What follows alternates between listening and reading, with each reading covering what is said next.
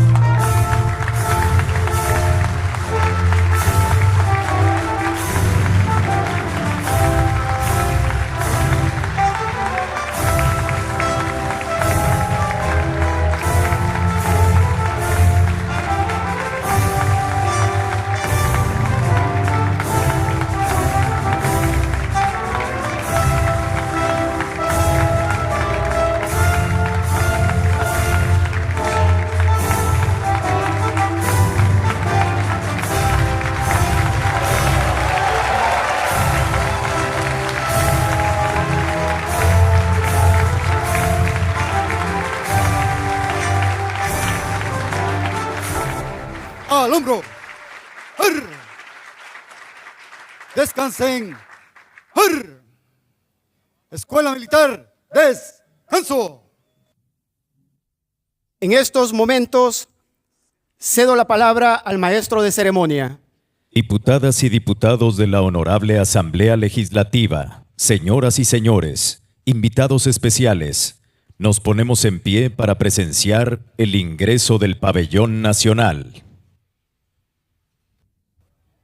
Escuela Militar, atención,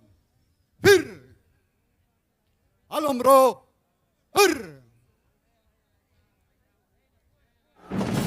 vista derecha, atención, presente,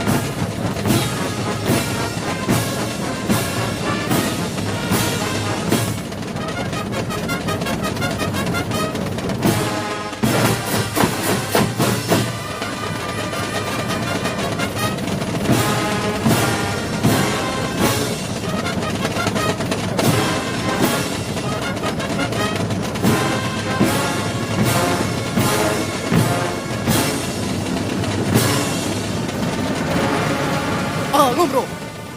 ¡Arre! Descansen. ¡Arre! Escuela Militar, descanso. En estos momentos tengo el honor de ceder la palabra al señor presidente constitucional de la República, Nayib Armando Bukele Ortiz, para que dirija su mensaje a la nación.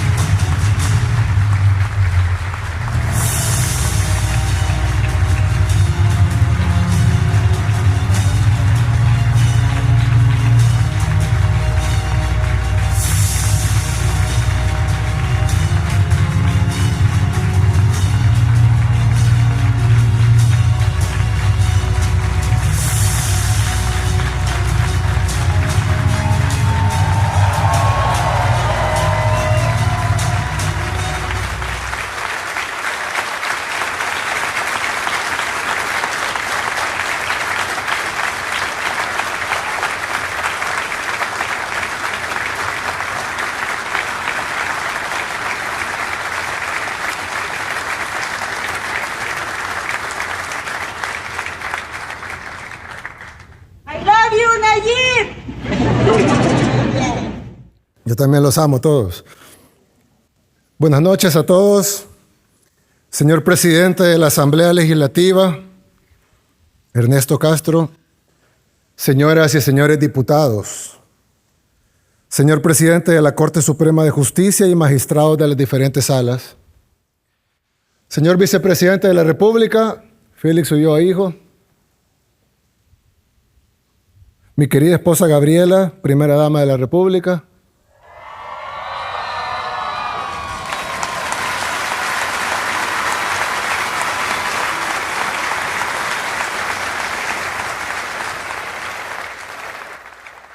señores diputados al Parlamento Centroamericano, señor presidente de la Corte de Cuentas de la República, señora presidenta del Tribunal Supremo Electoral, señores miembros del Ministerio Público, señor fiscal general, procurador general y procuradora para la defensa de los derechos humanos, excelentísimos señores embajadores y honorables jefes de misiones diplomáticas acreditadas en nuestro país,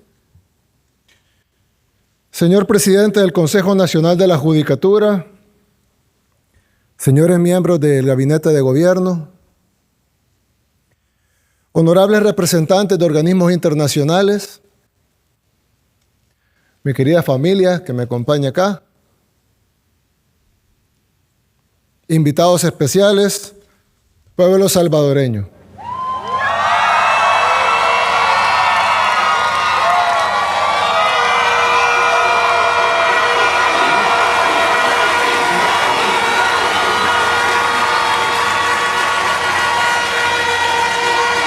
La transformación de El Salvador ha sido una de las más rápidas de la historia moderna, pero para nosotros apenas ha sido suficientemente rápida. El Salvador de hoy no se parece en nada al que recibimos tras décadas de terror y explotación. El país que heredamos ni siquiera era verdaderamente nuestro. Independiente solo de nombre. Sus calles estaban controladas por pandillas y su gobierno en manos de los verdaderos gobernantes que siempre estaban a la sombra. Hace 6 años, el mundo ya había perdido la esperanza en El Salvador. Nos decían que el crimen era parte necesaria Así decían, que el crimen era parte necesaria de nuestra sociedad y que derrotarlo era imposible. Nos daban estudios grandes, proyectos de cómo salvarnos, pero en el fondo nunca creyeron que fuera posible y por eso sus soluciones nunca estuvieron diseñadas para funcionar. El Salvador estaba controlado por personas sin ninguna intención de ayudarnos. Hace 6 años empezamos, nada más, a recuperar nuestro país. Hoy, El Salvador ya no le pertenece a ni los actores extranjeros ni a sus títeres locales. Hoy, El Salvador pertenece al pueblo salvadoreño.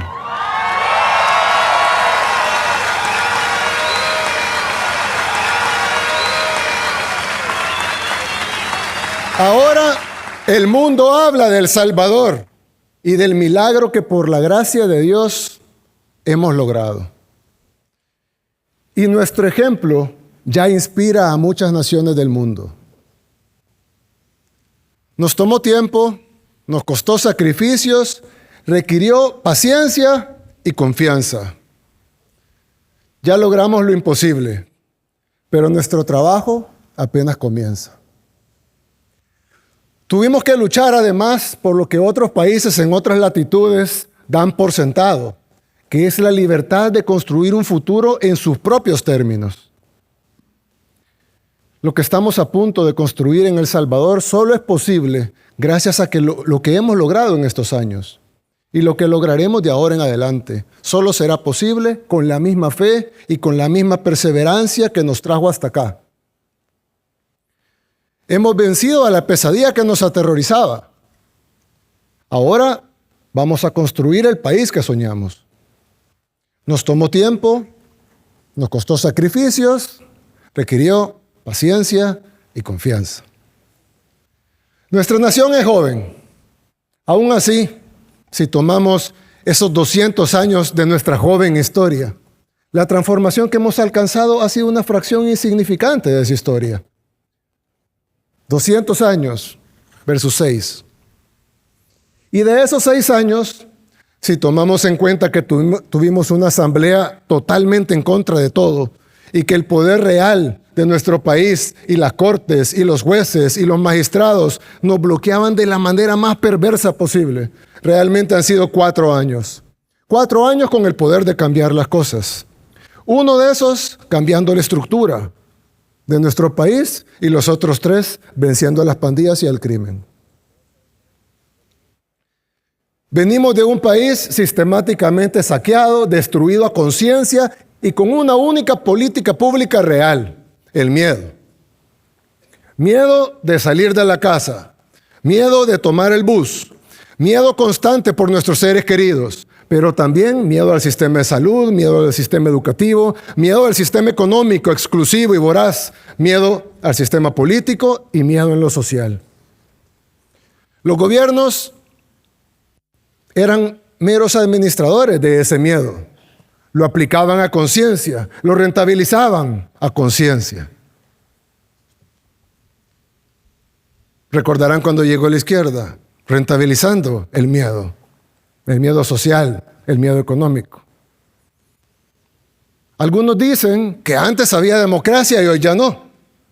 Han leído eso por ahí, ¿verdad? Que antes había democracia en El Salvador y que ahora ya no. Pero lo cierto es que antes solo se podía elegir entre la opción mala o la peor. La democracia, que algunos dicen que extrañan tanto, era la democracia del miedo. Los ricos tenían menos miedo que los pobres, pero nadie se escapaba. Todos tenían miedo. Y si alguien no lo vivió en nuestro país, puede venir acá y preguntarle a quien quiera.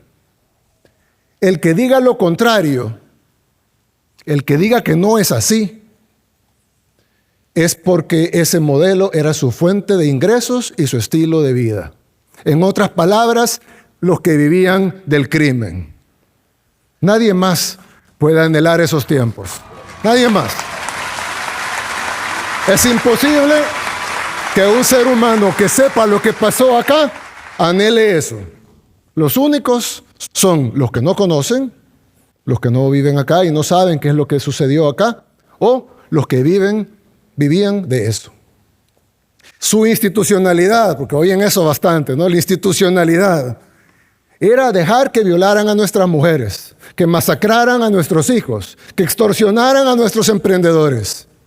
Esa era la institucionalidad. Su transparencia era dejar que mataran a decenas de miles de salvadoreños y otras decenas de miles de víctimas que disfrazaban como desaparecidos. Algunos dicen que las pandillas dejaron 120,000 muertos en El Salvador. Pero si revisamos las cifras de desaparecidos en aquellos entonces versus las cifras de desaparecidos ahora, nos daremos cuenta que la diferencia es tan abismal que realmente un 90% de esos desaparecidos eran homicidios disfrazados. Y que la cifra real de homicidios es de arriba de 200,000 salvadoreños asesinados por las pandillas. 200,000 salvadoreños que deberían estar acá con nosotros, pero que sus vidas fueron truncadas por la falsa paz que nos vendieron. Porque todo se va uniendo. La transparencia, la institucionalidad, la paz, la democracia. La democracia era tener hospitales de lámina podrida, sin mantenimiento, pero preservaban la memoria histórica. O diseñar escuelas con paredes de lámina, piso de tierra y techo de ramas, y llamarle a eso inversión en educación. Justo hace unos días estaba viendo el índice de democracia de The Economist. No sé si vieron cómo The Economist, un medio internacional, ha pasado todo el día, cada 3 horas, publicando artículos sobre El Salvador, bien preocupados por El Salvador. Pues ellos publicaron el índice de democracia del mundo, ¿verdad? Y pusieron todos los países del mundo con calificaciones del 0 al 10. 10 es el país más democrático y 0 el menos democrático. A mí me pareció curioso que fueran monarquías hereditarias las más democráticas, según ese índice de The Economist. Yo no tengo ningún problema con las monarquías, ninguno. Al contrario, respetamos la decisión soberana de cada pueblo que decide tener una monarquía. Aquí en el cuerpo diplomático tenemos esta noche representantes de países, amigos que tienen monarquías. Nosotros somos respetuosos de la autodeterminación de los pueblos. Es más, hace un año tuvimos de invitado de honor al rey de España, quien es un caballero en todo el sentido de la palabra. Para los que lo conocen no me dejarán mentir. En nuestra toma de posesión no tenemos ni un solo problema con ellos, al contrario, los respetamos y reconocemos su derecho a la autodeterminación de tener una monarquía. Pero me pareció curioso que países como el nuestro aparecen con nota baja cuando nosotros elegimos a nuestro jefe de Estado en elecciones libres. El Parlamento se elige en elecciones libres. Y aún así, nuestra calificación es baja. Y los países que eligen a sus jefes de Estado por herencia tienen más puntaje que los países que elegimos a nuestros jefes de Estado por elecciones libres.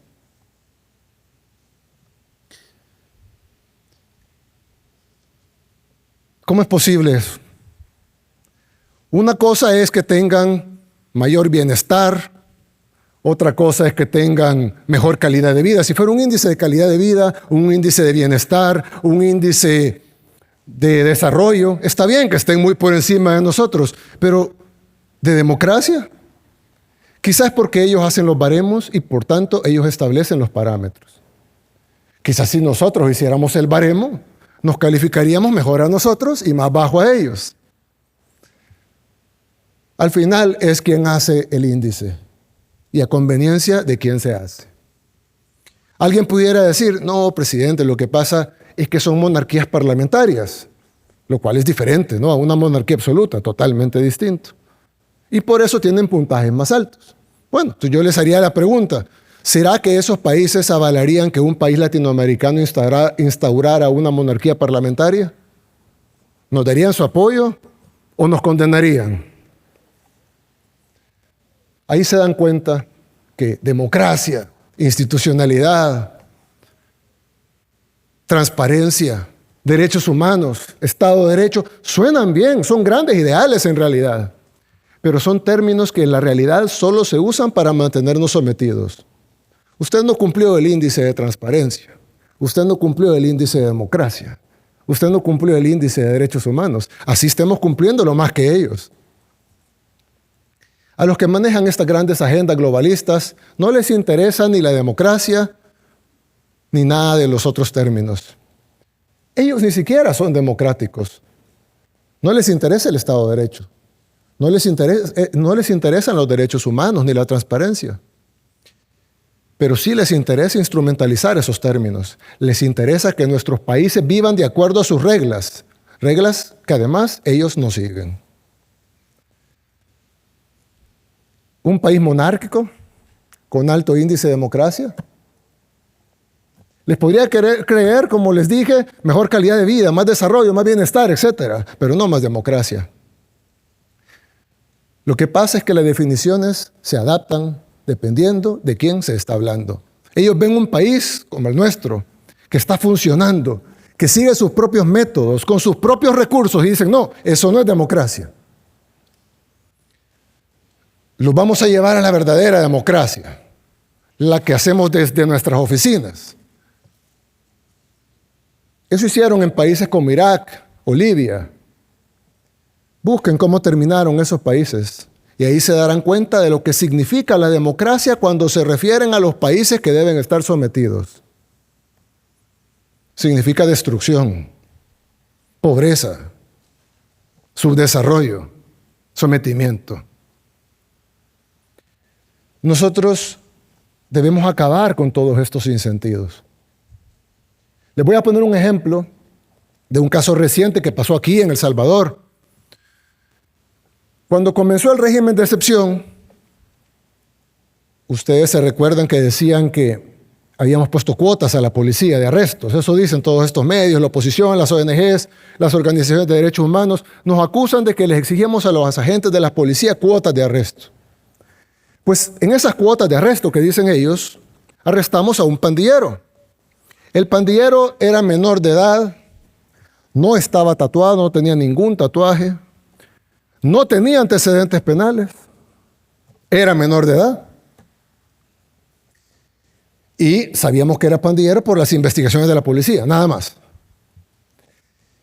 El niño símbolo de la oposición. Menor de edad, joven, no tiene tatuajes, no tiene antecedentes. Pues bueno, nuestro sistema judicial, aún en reforma, decidió darle 2 años de detención en una correccional de menores. Lo pusieron 2 años, como fue capturado al inicio del régimen de excepción en el 2022, salió libre en el 2024. Pues hace 4 días, el 28 de mayo de este año, un año después de haber salido libre, asesinó a un ex cabo de la policía en Tacuba. Vieron el homicidio ese día en Tacuba. Fue realizada por él. Mató a un hombre de 62 años. Nosotros ya lo habíamos capturado. Lo teníamos en custodia. Era nuestro deber evitar ese asesinato, manteniéndolo en custodia. Pero por cumplir los tratados internacionales y las reglas que nos imponen de derechos humanos, ese homicidio es culpa del Estado. Porque nosotros debimos haber garantizado que ese pandillero se pudriera en la cárcel. Lo dejamos salir por cumplir tratados. Y hoy una familia está de luto y un salvadoreño más está asesinado. Súmenlo a los 200,000 salvadoreños que mataron las pandillas. Por supuesto, el pandillero ya lo volvimos a agarrar y ya no va a volver a salir nunca más.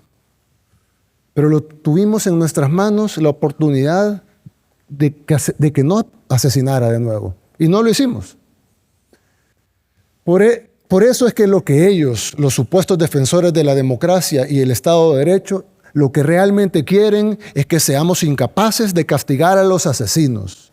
en nombre de un supuesto ideal de derechos humanos que no es más que los derechos de los delincuentes, porque si fuera derechos humanos estuvieran viendo por los derechos humanos del cabo en Tacuba, el señor de 62 años que fue asesinado y de su familia que está de luto. Nadie ve por los derechos humanos de ellos. El sistema internacional nos obligó a velar por los derechos humanos del criminal que salió a matar.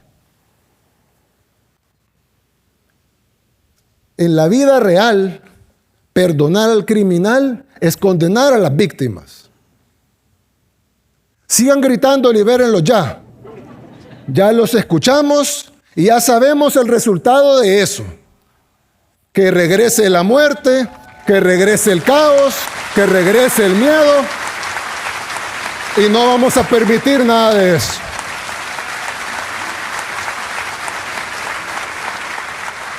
Así que no los vamos a liberar ya ni nunca.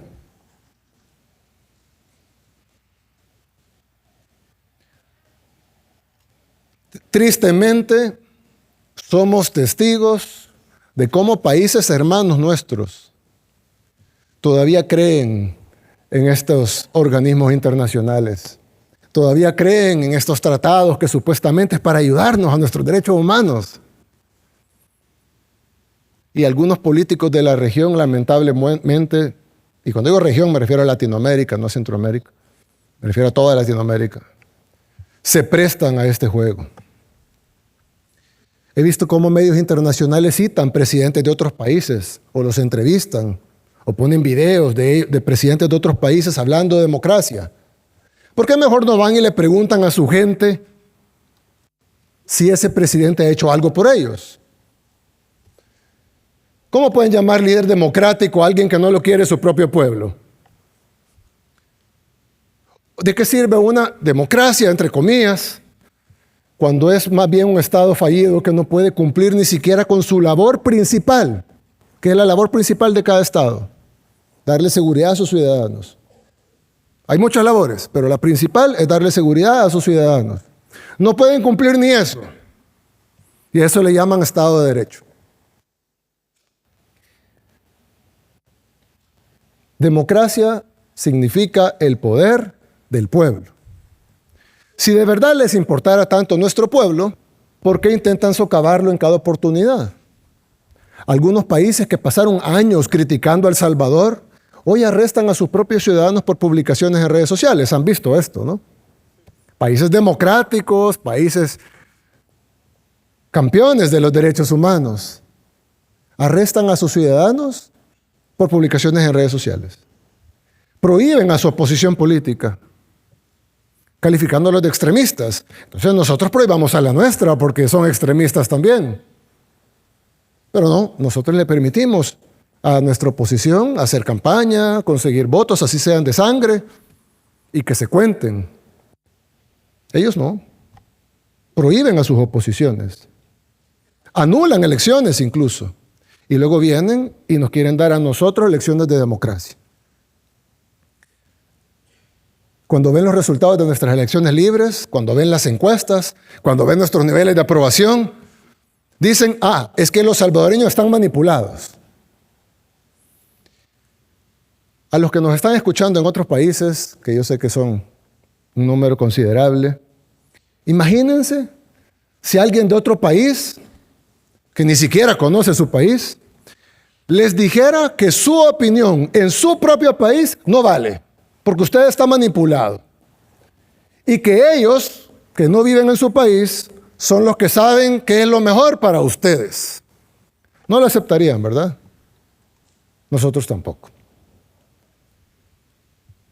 Algunos críticos internacionales, ya han escuchado esto también, me imagino, dicen que le quitamos a los salvadoreños la democracia para darles la seguridad. Por lo menos aceptan que hemos dado seguridad. Pero dicen que lo hemos hecho a costo de la democracia. Algunos incluso dicen, yo en mi país no tengo seguridad, pero al menos tengo democracia. Déjenme decirle que no lo engañen, usted no tiene ni seguridad ni democracia. Usted lo que tiene es un Estado fallido. La falsa sensación de que pueden elegir algo. ¿Qué es lo que quieren? Que eliminemos el régimen de excepción para que la comunidad internacional diga que bien, miren Bukele, ya quitó el régimen. pero que los salvadoreños vuelvan a ser asesinados. Quieren que tomemos decisiones para que afuera no me cataloguen como dictador, aunque eso signifique que nuestro país vuelva a ser invivible. Había una masacre, literalmente una masacre cada día. 10, 15, 20 salvadoreños diarios muertos cada día, asesinados. Y otro tanto similar de desaparecidos cuyo 90% eran asesinatos escondidos. ¿Cuándo dijeron algo? Y como dije hace un rato, lamentablemente hoy estamos viendo esa realidad en otros países. Y duele porque nosotros ya sabemos lo que es. Ya vivimos ese escenario repetirse por todo el continente y venimos de ahí. Sabemos para dónde van y conocemos qué es lo que está mal. Gobiernos cómplices que prefieren quedar bien con la élite globalista antes que evitar que sus ciudadanos mueran. A eso se le suman todas esas organizaciones nacionales e internacionales que dicen que ayudan a la gente, cuando en realidad solo saben lucrarse de ellos. Por eso, hace unos días, esta Asamblea Legislativa aprobó la Ley de Agentes Extranjeros. Es una ley para proteger la cooperación internacional, para asegurarnos que esos fondos que vienen del extranjero y que dicen ser para proyectos sociales sean realmente para eso, para ayudar a la gente. La mayoría de países desarrollados prohíbe la injerencia extranjera. Nosotros permitimos la injerencia extranjera. Solo les pedimos que paguen impuestos igual que todos. Sinceramente, yo, como persona, creo que es un error que permitamos la injerencia extranjera. Creo que no deberíamos hacerlo.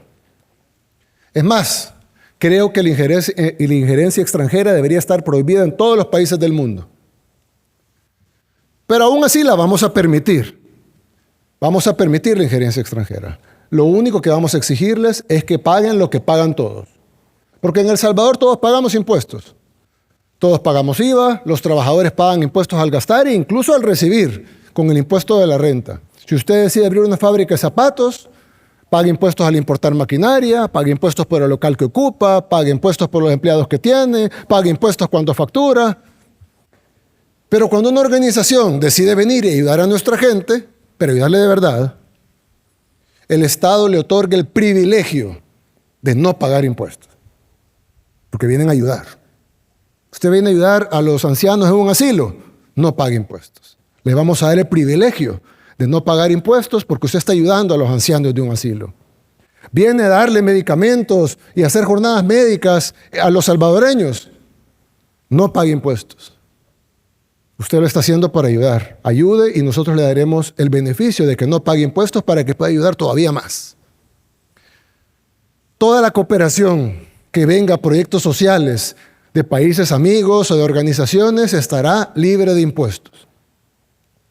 Pero hay organizaciones extranjeras que dicen venir a ayudar y realmente vienen a hacer política, a mover millones para campañas políticas, a operar en la oscuridad, sin reglas, sin límites, sin pagar nada. A ellos nadie los eligió en elecciones democráticas, ya que hablamos de democracia, ni siquiera en elecciones de segundo grado, pero sí se sienten en el derecho de influir en las decisiones del país, con dinero, con total impunidad. Las supuestas organizaciones de derechos humanos que defienden a asesinos que alguna vez masacraron a nuestra gente. Los medios tradicionales despliegan activistas disfrazados de periodistas para difundir mentiras. Y a eso le llaman libertad de prensa. Congresistas extranjeros vienen a tocar las puertas de las cárceles a exigir que liberemos delincuentes. ¿Con qué derecho se sienten? Siempre son los autoproclamados defensores de la democracia los que no creen en nuestra democracia, no creen en el poder de nuestro pueblo. ¿Cómo pueden decir defender la democracia si ni siquiera saben la definición de democracia? ¿Cómo pueden imponernos reglas que ellos mismos no respetan y ofrecernos sistemas que hace mucho tiempo dejaron de funcionar para ellos?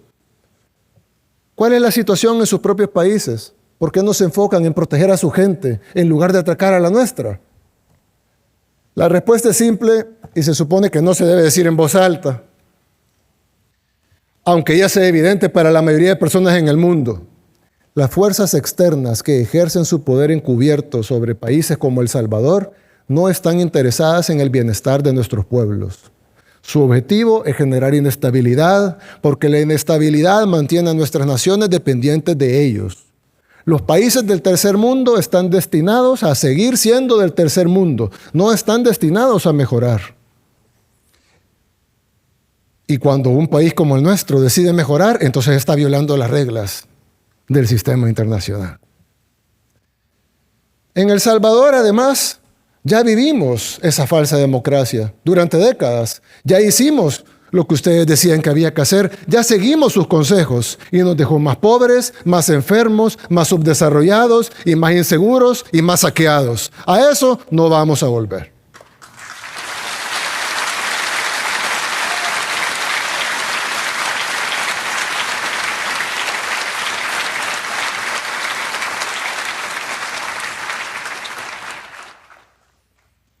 El Salvador ha dado un ejemplo a otros países como el nuestro, que ninguna nación, por grave que sea su situación, nosotros no éramos un país peligroso, nosotros éramos el país más peligroso del mundo.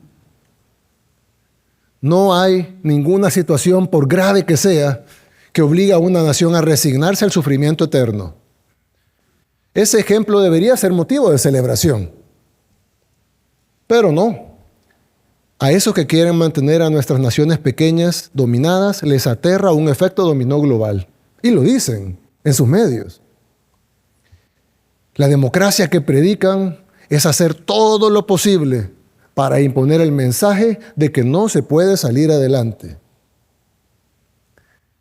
Mientras hablamos ahorita, y hoy todo el día y ayer, hay un ataque coordinado en marcha. Medios tradicionales, internacionales y locales, ONGs, organizaciones de derechos humanos, instituciones internacionales, todos orquestados al unísono, golpeando con los mismos temas. Pero los años de engaño ya les pasaron factura a ellos y la gente ya no les cree nada. Ellos tienen palabras elegantes, rimbombantes, como diríamos los salvadoreños, pero nosotros tenemos las pruebas. Cuando dejamos de tomar esa medicina envenenada de los poderes extranjeros y comenzamos nuestra propia terapia, empezamos a sanar. La ley de agentes extranjeros garantiza que quienes quieran venir a ayudar de verdad a nuestra gente mantengan el gran privilegio de no pagar impuestos como si pagamos todos los demás.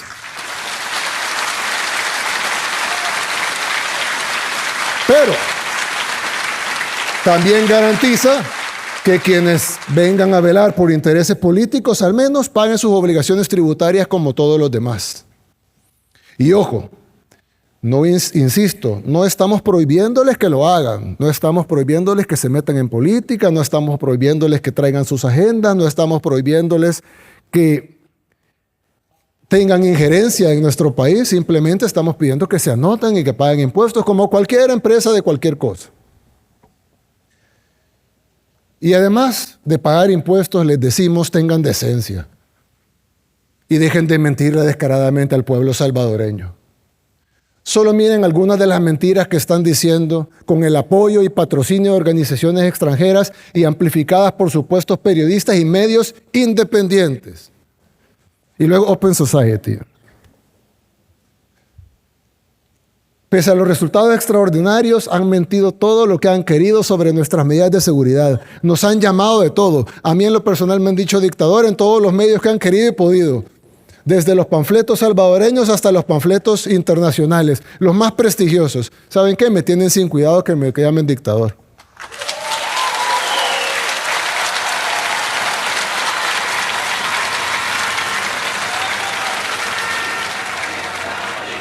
Prefiero que me llamen dictador a ver cómo matan a los salvadoreños en las calles.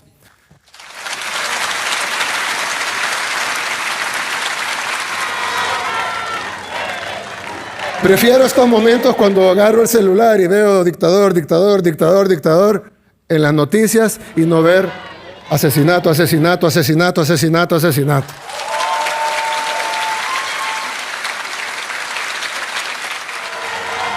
Prefiero que me llamen dictador, pero que los salvadoreños podamos vivir al fin en paz.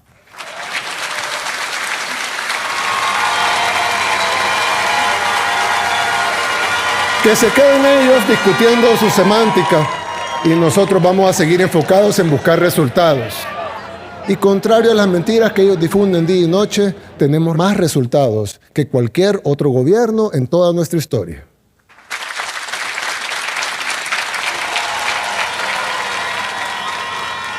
Hace exactamente un año yo dije que este quinquenio iba a ser para trabajar en la economía.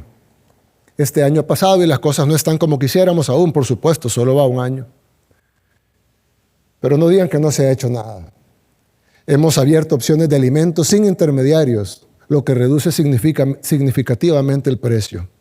Los agromercados, que por supuesto la oposición criticó desde el inicio, no es una solución perfecta, pero es una solución, donde se pueden comprar 20 tomates por $1. Claro, los que queramos podemos seguir yendo al supermercado, aunque sea más caro. También podemos importar lo que comemos, podemos comer en restaurantes. Nada de eso está prohibido, al contrario, lo promovemos, porque es bueno para nuestra economía. Es bueno porque estos lugares generan empleos, pagan impuestos. Si tienen el dinero y el presupuesto para hacerlo, háganlo. Pero a nosotros como gobierno también nos corresponde dar una opción accesible para las mayorías y eso estamos haciendo. Tampoco hemos aumentado impuestos, a excepción de los agentes extranjeros. Y aún así, logramos tener este año, el 2025, como el primer presupuesto completamente financiado que no incluye un solo centavo de deuda para gasto corriente. Es decir,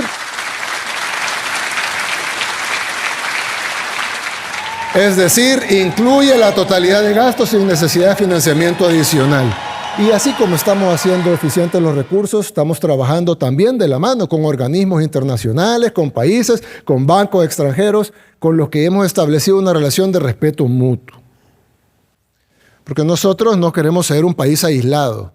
Nosotros queremos trabajar con nuestros amigos en el exterior. Yo se lo dije hace años, que estamos listos, las puertas están abiertas de par en par. Queremos ser amigos, queremos ser socios, queremos ser aliados. Lo que no queremos ser es sus lacayos. Por ejemplo, el Banco Mundial, el Banco Interamericano de Desarrollo nos ha apoyado en muchísimos proyectos. Recientemente, incluso con la construcción de escuelas, que estamos haciendo 2 diarias. El CAF está tan comprometido con apoyarnos que ya se están inaugurando sus instalaciones aquí en El Salvador. Tenemos relaciones comerciales con la mayoría de países del mundo. Es más, primero, no sé si escuchaban a la oposición decir que nos habíamos vendido a China. Se vendieron a los chinos. Porque habían unas tiendas de venta de productos chinos en el centro. Se vendieron a los chinos. Y luego, cuando fuimos a la Casa Blanca a reunirnos con el presidente Trump, se vendieron a los gringos. ¿Cómo es eso? Nos vendimos a China y a Estados Unidos al mismo tiempo. Y ninguno de los dos protestó. Una de dos, o somos los mejores diplomáticos del mundo, o es mentira, no nos hemos vendido a nadie. Y más recientemente, como una prueba de que tenemos dignidad, pero no estamos cerrados a la cooperación internacional y estamos abiertos con las puertas de par en par para cualquiera que nos quiera acompañar en este camino, firmamos un acuerdo sin precedentes con quien no ha sido nuestro amigo necesariamente, pero firmamos un acuerdo que es de mutuo beneficio con el Fondo Monetario Internacional. Y ellos mismos evaluaron hace poco, hace una semana creo, o 2, y dijeron que superamos con creces todo lo que esperaban de nosotros.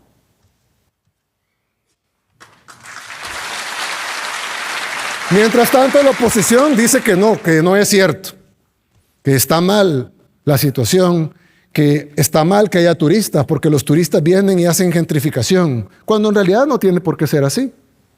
Al contrario, mientras más visitas, la tiendita vende más, el restaurante familiar crece, los jóvenes de la zona se pueden quedar porque ahora ya hay oportunidades y no tienen que emigrar a los Estados Unidos para buscar esas oportunidades en el país donde sea turismo.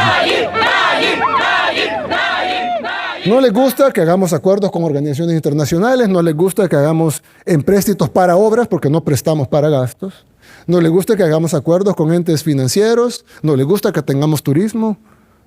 Entonces, ¿qué quieren? Que no hagamos nada como ellos. Que nos sentemos simplemente a esperar que caiga el dinero de algún lado. Gracias a Dios ya no gobiernan ellos.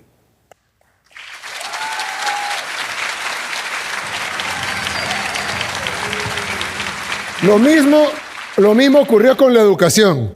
Mintieron todo lo que quisieron. Dijeron que no invertiríamos en eso porque lo que queríamos es que el pueblo fuera dócil y manejable. Pero la realidad es que en el quinquenio del profesor se invirtieron promedio solo 948 millones de dólares en educación. Y en nuestro quinquenio se invirtieron 1.411 millones de dólares por año. Nadie en toda la historia de El Salvador ha invertido en educación como ha invertido este gobierno. En computadoras, en tablets para primera infancia, que mi esposa Gabriela ha coordinado hasta el software que llevan, en infraestructura, en decenas de miles de becas. Con mi amigo Alejandro Goodman tenemos un programa de decenas de miles de becas, estudios superiores para jóvenes, etcétera. Claro, si queremos comparar nuestro sistema educativo con el de Suiza, salimos perdiendo. Claro. Pero si comparamos con El Salvador, con El Salvador de antes, estamos mucho mejor y seguimos mejorando cada día.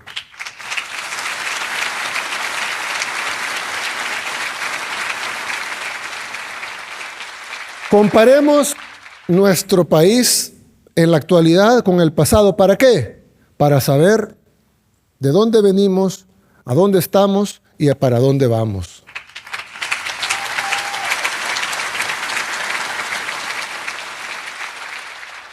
Otro ejemplo es el Hospital Rosales. Dijeron que nunca lo íbamos a hacer, que era un render, que era mentira. Hubiéramos querido entregarlo hace mucho y lastimosamente no pudimos. Pero pronto vamos a dejar un nuevo Hospital Rosales listo para servir a los salvadoreños con infraestructura de primera, pero también con equipo tecnológico moderno y todo lo necesario para atender a nuestra gente, con la calidad de cualquier hospital privado o mejor.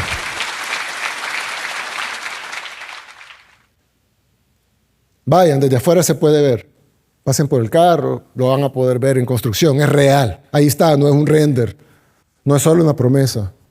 ¿Qué van a decir ahora? No lo sé, seguramente otra mentira. O van a inventar otro tema. Gracias al apoyo del despacho de la primera dama, hemos avanzado en la creación de centros de atención a la primera infancia, los CAPIs. Para los que lo han visto, son lugares hermosos de atención a la primera infancia y primero Dios, pronto, con el tiempo, paso a paso, van a ir apareciendo en cada lugar del país.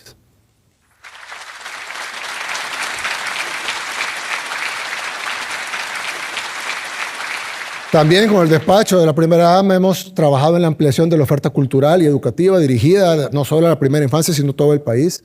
Hay cerca de 2,000 estudiantes en nuestra Escuela Nacional de Música inscritos.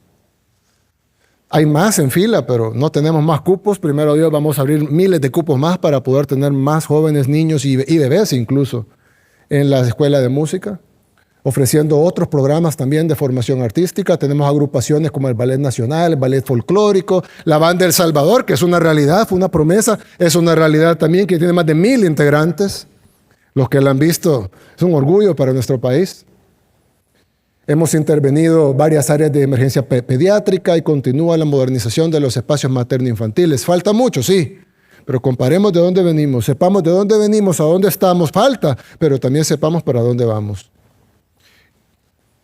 Y si bien aún hay mucho por hacer, nadie puede negar que la primera infancia es una prioridad para nuestro país, algo que en el pasado ni siquiera se mencionaba. Nosotros sabemos que cada cosa que hacemos y por cada cosa que arreglamos, otra cosa tiene que esperar. Quisiéramos resolver todos los problemas al mismo tiempo, pero sabemos que eso no es realista. Podemos darle computadoras a todos los niños, ya lo hicimos, pero las escuelas seguían en condiciones deplorables.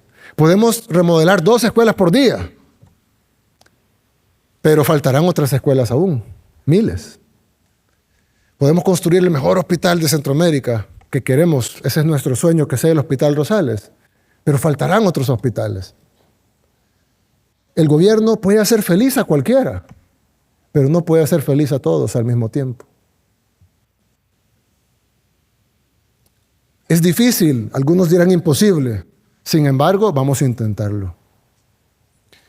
porque es de cobardes no intentarlo. Si escogimos estas luchas es porque creemos en un El Salvador mejor. Y este no se forja diciendo no. Seguimos avanzando a pesar de los obstáculos, la crítica y la oposición interna y externa. Porque esas críticas y ataques, incluso personales, y a mi familia, palidecen ante la satisfacción de saber que cambiamos la vida de millones de personas.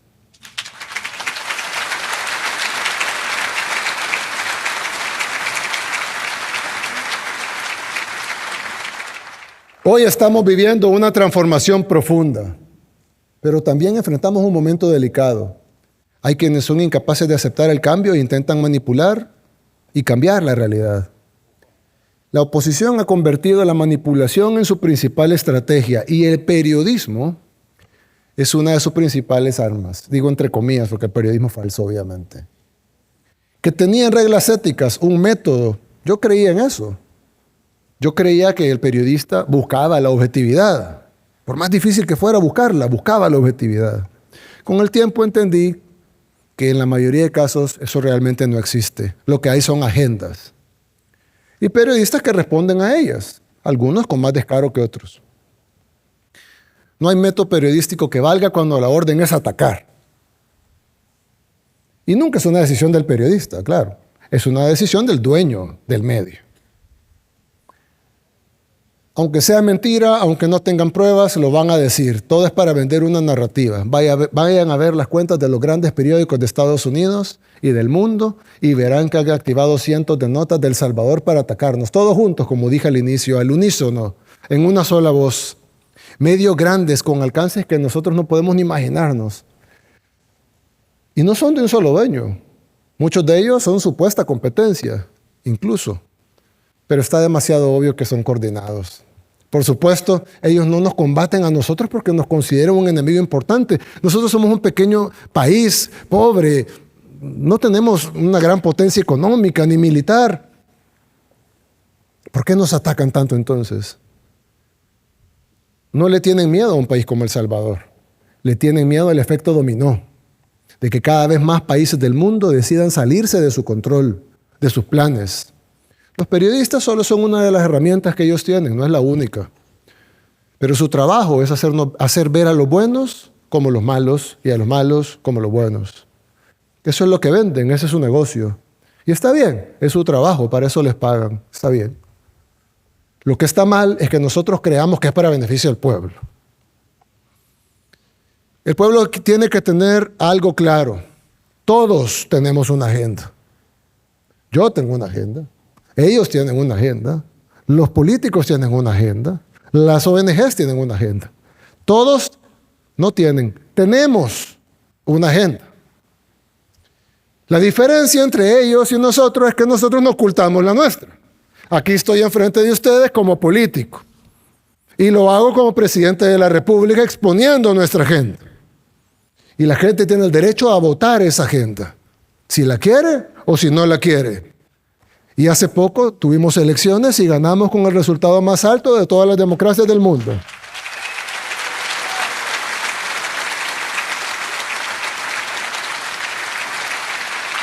Sin embargo, muchos de ellos sí esconden su agenda. De hecho, dicen que son independientes, aunque digo Open Society abajo. Se esconden detrás de supuestas causas, tratando de proyectar y rentabilizar las necesidades del pueblo. Y reciben millones cada año para vender miseria y propagar violencia. Así como algunas ONGs se venden como defensoras de derechos humanos y en realidad se dedican al activismo político y lo hemos visto recientemente. Todas son herramientas para las agendas. Y ni los periodistas ni las ONGs, herramientas de agendas, están prohibidas en nuestro país. Son libres de publicar sus panfletos, son libres de decir sus mentiras. En otros países lo prohíben. Muchos países desarrollados prohíben lo que llaman desinformación. En Europa muchos países tienen prohibido en su ley la desinformación. Nosotros no. Nosotros, tal vez equivocadamente, permitimos la desinformación. Ellos son libres de hacer y publicar, pero por lo menos que lo llamen por su nombre. Si deciden hacer activismo político y negocio, que lo llamen así. Ellos no son periodistas, son activistas políticos que están haciendo negocio. Ellos no son ONGs, son activistas políticos que están haciendo negocio. Dicen que pactamos con pandillas. ¿Qué pacto es ese? ¿En serio van a pactar que atrapemos a los 70,000 pandilleros de este país? ¿Alguien puede creer que eso es real? ¿Alguien cree en eso? El mismo día que salió el reportaje les abrimos las puertas de las cárceles porque dijeron que los pandilleros los habíamos separado, que ya no estaban revueltos. Eso fue hace un par de años. Y ellos mismos dijeron, si el régimen quiere demostrar que hemos mentido, que abran las cárceles. Abrimos las cárceles a medios internacionales y todos pudieron constatar que los pandilleros estaban revueltos. Y no estaban separadas como habían dicho ellos. Estaban mezclados en ese tiempo con 2 tiempos de comida nada más y sin ni siquiera luz del sol por una ventana. ¿Creen que les importó? No, siguieron mintiendo y repitiendo la misma mentira. Es más, aquí, que saben que son populares las medidas contra los pandilleros, venden la idea de que tenemos un pacto y que les damos beneficios. Pero afuera, que saben que las medidas duras no son populares porque es como, qué duros son con la gente, dicen que los tratamos mal, que no los deberíamos de tratar así, que no les damos suficiente proteína. Las dos cosas no pueden ser reales. Dicen que encarcelamos defensores de derechos humanos, disidentes, opositores al régimen. Y yo me pongo a pensar, ¿cómo podemos combatir la corrupción si toda la oposición tiene impunidad garantizada? No se pueden tocar. Cualquier opositor corrupto que se lleva a la cárcel es un perseguido político. Todos estuvieron 15, 20 años lucrándose del Estado, pero ahora se pusieron el carnet de perseguido político. Trabajar en una ONG ahora es sinónimo de impunidad.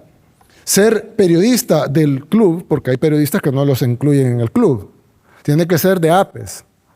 Ser periodista del club les permite infringir la ley sin consecuencias.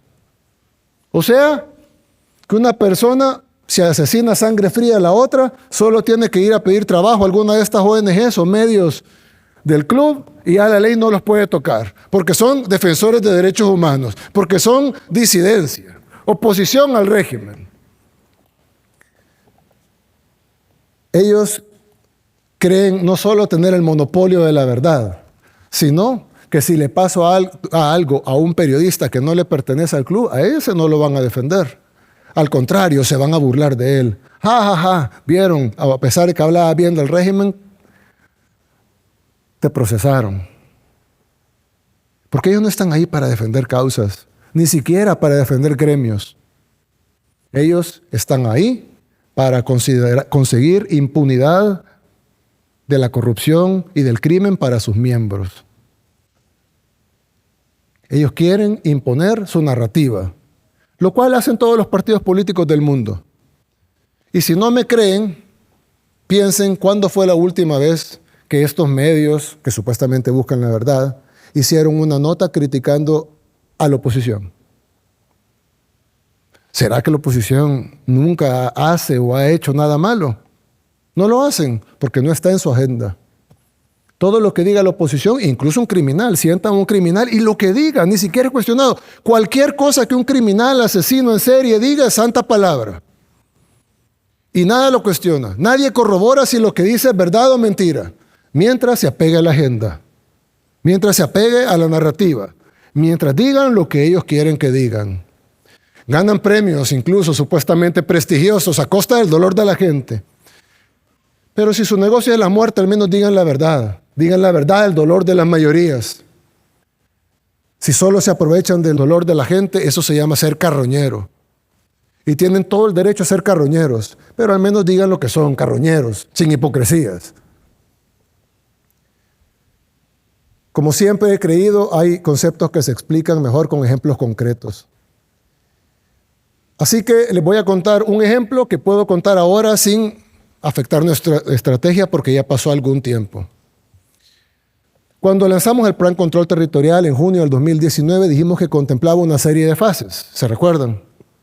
Y que las íbamos a ir revelando a medida fuéramos activando cada una de esas fases. ¿Qué dijeron estos periodistas? no es transparente, tiene que revelar todas las fases del plan. ¿No les parece ilógico revelarle a los criminales todas las fases del plan contra el crimen? ¿Cómo vamos a hacer público un plan que combate las pandillas en ese tiempo? ¿Se acuerda cuando pedían todos los días que publicáramos el plan? No le hicimos caso y gracias a Dios no se filtró. Porque si hubiese pasado, se imaginan la sangre que hubiera seguido corriendo. Nunca hubiéramos resuelto nuestro problema. En aras de darle la información por la bendita transparencia, no se hubiera podido vencer a las pandillas. Hubiéramos tenido que revelar todas las fases del plan. Y por supuesto entonces no hubiera funcionado. No sé si recuerdan incluso cuando inició el régimen de excepción, otro ejemplo, y empezamos a anunciar operativos. Y a veces anunciábamos los operativos después que habían sido realizados, como debe ser. Pero algunas veces anunciábamos los operativos antes de que se realizaran. Y decían en las redes, ¿por qué les están avisando a los criminales? A mí me picaban los dedos para contestarle por qué lo estábamos haciendo. Pero no se podía hacer en ese tiempo. Y le pido perdón al Gabinete de Seguridad, voy a contar una infidencia, pero bueno, ya no creo que sea tan útil. En aquellos momentos, cuando entrábamos en una comunidad, y el pueblo salvadoreño no me dejará mentir porque ellos lo vivían, cuando iniciaba el régimen de excepción, entrábamos a una comunidad y los pandilleros, en la mayoría o en muchísimas comunidades en El Salvador, al fondo hay una quebrada. Así es. Muchos no me dejan mentir. Al fondo hay una quebrada. Son miles de comunidades así. Y cuando entraba la policía y el ejército, los pandilleros huían por la quebrada y se iban a los matorrales. La gente, nosotros hacíamos el operativo, revisábamos casa por casa, salíamos y la gente se quejaba de que cuando se iban las fuerzas de seguridad, los pandilleros regresaban a cobrar la extorsión. Entonces la gente nos decía, quédense todo el tiempo. Pero por supuesto no nos podíamos quedar todo el tiempo en el 100% de comunidades. Entonces lo que hacíamos es que destacábamos después de los matorrales a un contingente del ejército, anunciábamos que íbamos a entrar a una comunidad, los pandilleros corrían a la quebrada y los agarrábamos en el matorral.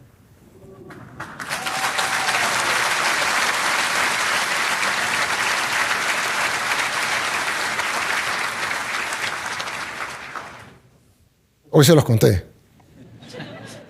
Pero en ese tiempo no se podía, porque hay cosas que se pueden decir en un momento y hay cosas que tienen que esperar.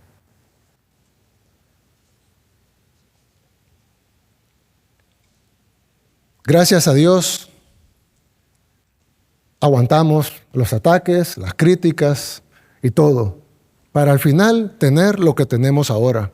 Y lo vamos a seguir haciendo en los demás temas, porque nosotros no hacemos lo que ellos quieren, sino lo que el pueblo desea y necesita.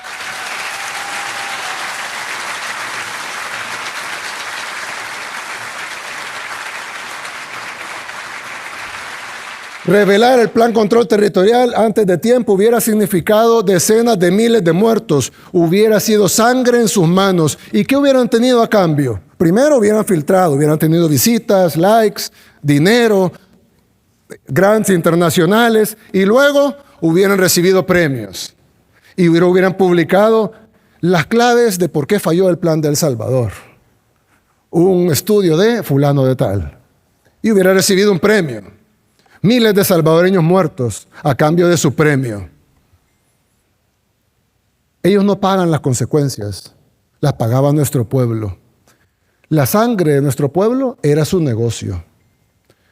Se me eriza la piel de pensar que estuvimos a una filtración de un panfleto de Soros de volver a ser un Estado fallido. Como muchos que lamentable existen en Latinoamérica al día de hoy.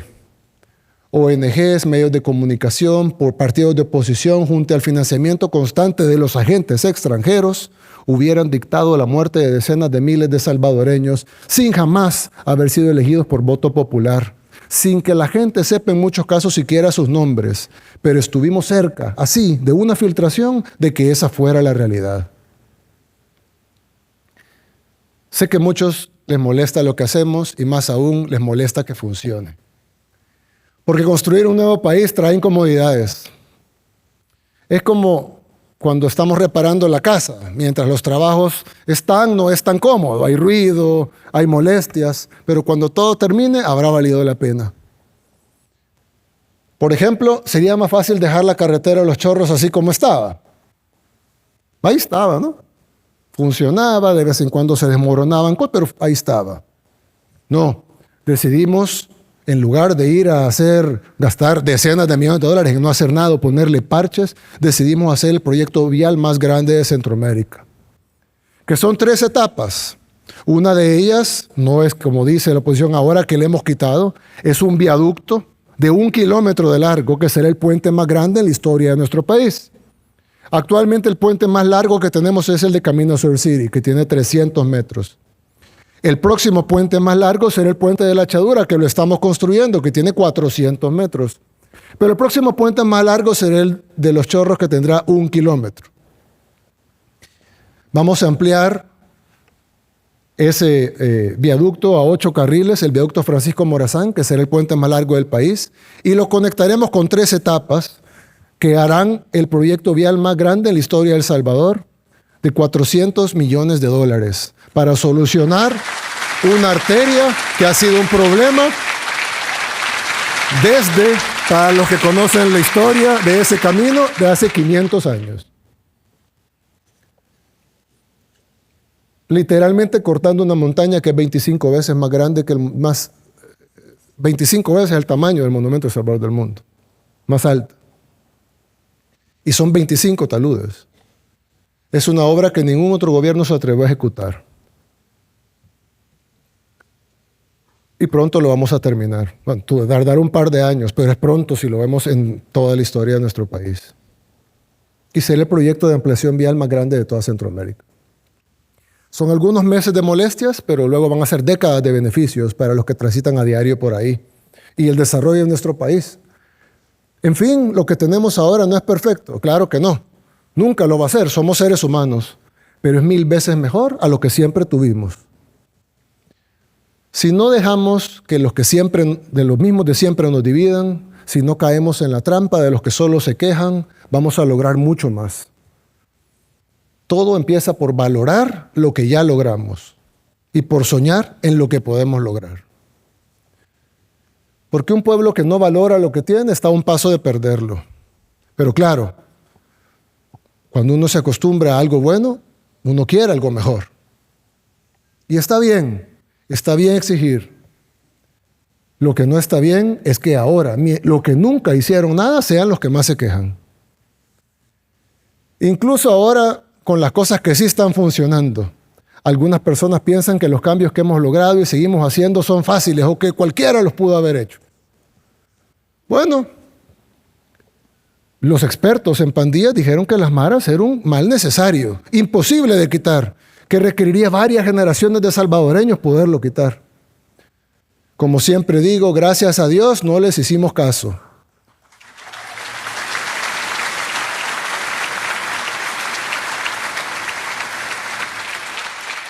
Porque ellos no intentan ayudar, intentan desordenar lo que estamos poniendo en su lugar. Se resisten a ver nuestra casa en pie. Nosotros no debemos permitir que la desinformación ni las narrativas impuestas desde afuera nos hagan retroceder. En El Salvador no competimos por la aprobación de quienes desean vernos fracasar. Lideramos con el ejemplo para los que quieran buscar inspiración. Pero ante todo, estamos construyendo nuestro propio futuro, en nuestro propio país, para nuestra propia gente, con nuestros propios métodos. No imponemos nuestro camino a ningún otro país del mundo, pero tampoco vamos a permitir que nadie nos arrebate la paz que tanto nos ha costado. Hemos logrado lo que nadie creía posible y apenas estamos comenzando. El camino por delante no será fácil. Enfrentamos grandes desafíos. Reformar nuestro sistema educativo, modernizar nuestra salud pública, impulsar nuestra economía.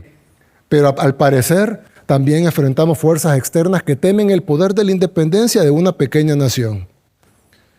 Nuestro futuro puede ser hermoso, pero construirlo no será rápido ni sencillo y requerirá confianza, paciencia y sacrificio. Juntos podemos lograrlo. Ya lo hicimos una vez. Lo haremos primero Dios de nuevo. y el mundo será testigo. Que Dios bendiga a El Salvador y que Dios los bendiga a cada uno de ustedes. Muchas gracias.